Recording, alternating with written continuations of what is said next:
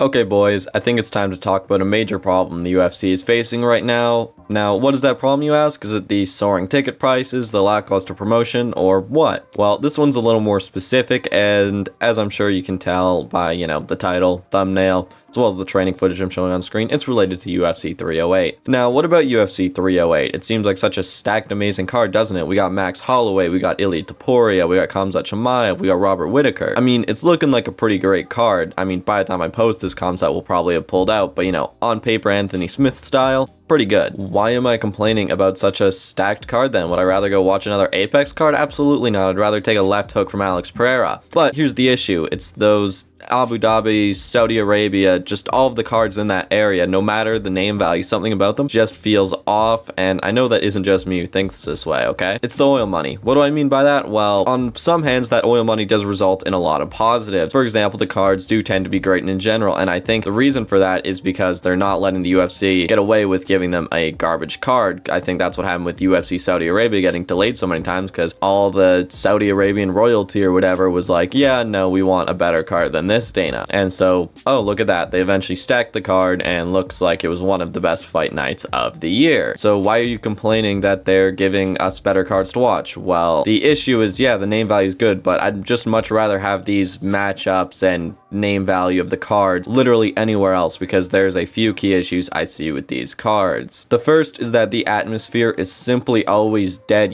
This to be the case because there's just something when you're watching these cards, something about the atmosphere always simply feels cold, something feels off, and I think the reason for that is quite obvious. A lot of people who are attending UFC Abu Dhabi compared to UFC in any city in the United States, guess what the people who are going and attending those cards in Las Vegas are? Chances are they're actually real fans. Whereas when you look in Abu Dhabi, Saudi Arabia, you just got a bunch of rich oil barons and princes and royalty, probably doing some business dealings and simply just spending money to show off whatever that is. I don't think a lot of them seem to really be big fans of the sport. You can just tell that by their crowd reactions. I think much of them would much rather watch boxing, and are they even big boxing fans? Because I think you could say there's a very similar problem with all these Riyadh season boxing events. Regardless though, when you don't have true fans attending these events, it creates a couple of problems. The main one is the atmosphere is just dead. You don't see these giant crowd chants like you see in, say, the United Kingdom or France, where you hear giant chants of the fighters' names and you always hear boos, you hear cheers. It's amazing. But the crowd is always just weirdly silent a lot of the time when it comes to Abu Dhabi cards, especially silence if a non-local fighter wins, or if not silence, tons and tons of boos. I get it, the local fighter lost, but in most other places, they're a lot more accepting of that. UFC Paris back in September, Renato Moicano beat Benoit Saint-Denis pretty brutally, and guess what? The crowd was roaring and cheer for him during his speech. You do not see this in the Middle East. Just look at Robert Whittaker versus Ikram Aliskerov. Boos upon boos after that KO. Now, if you've seen my video complaining about the UFC Apex, you know I do rate an exciting crowd very heavily. A knockout where you can hear the sound of the person hitting the canvas is cool, but for the most part, I'd rather hear a giant O from Joe Rogan and a giant O from the crowd. Does that make me a casual? Probably, but I don't care. It just simply makes you more hyped up when you can hear tens of thousands of people being hyped up with you.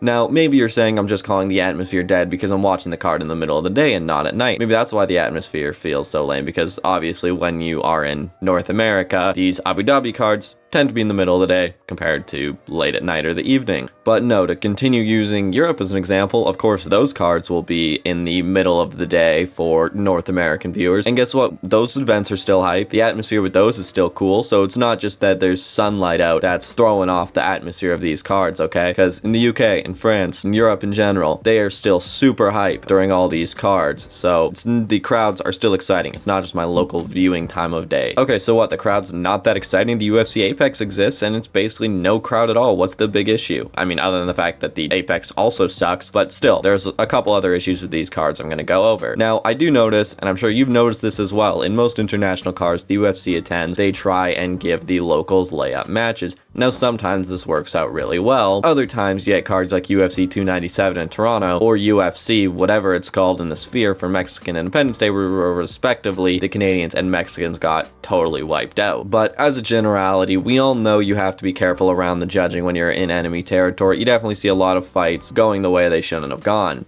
And let's be honest, Abu Dhabi and Saudi Arabia probably do this worse than anywhere else. Not only are the local fighters given the craziest layups of anywhere, they're always heavily biased in the scoring and reffing and such too. For example, let's look at UFC 294. Khamzat Chimaev absolutely did not beat Kamaru Usman. That fight was absolutely a draw, but you know which way the judges went. Another fight on the same card, Magomed Ankalaev versus Johnny Walker. Ankalaev hit Walker with an illegal knee. Typically, that would result in a disqualification win for Johnny Walker. Remember, we literally saw Peter Yan get stripped of his belt and lose it to Aljamain Sterling via disqualification for an illegal knee. Of course, Aljo proved himself in the rematch, but nonetheless, at the highest level, illegal knees are disqualifications. Why not in this fight? Well, I think we know why that is. In Abu Dhabi, they obviously didn't want to give a local fighter a disqualification loss. They wanted to make that rule a no contest. Of course, we know how the rematch went because, again, Johnny Walker got knocked out badly like he always does. Like, he's literally got real-life ragdoll physics the way he flies. But that doesn't mean the first fight shouldn't have been a disqualification. But naturally, the local fighter was protected. I don't think you see anything that bad in most other countries. Okay, fighters get robbed sometimes no matter where they are, and who cares what the atmosphere is? It's about the fights. Well, I'll make one other argument to you. Let's simply compare the cards in the Middle East to everywhere else in the world. Why is that the oil oligarchs get cards at prime time, whereas you see, oh, in the United Kingdom, we're actually going to make you stay up till 5 in the morning for your main event with your local English champion, so that, you know, we can air that card at US prime time. Of course, that's what we saw happen in UFC 304, where the GOAT Bilal Muhammad became champion. I really shouldn't have stopped uploading for a while. I was picking Bilal to win. I would have looked so good. Not even bedtime MMA picked Bilal. Oh well.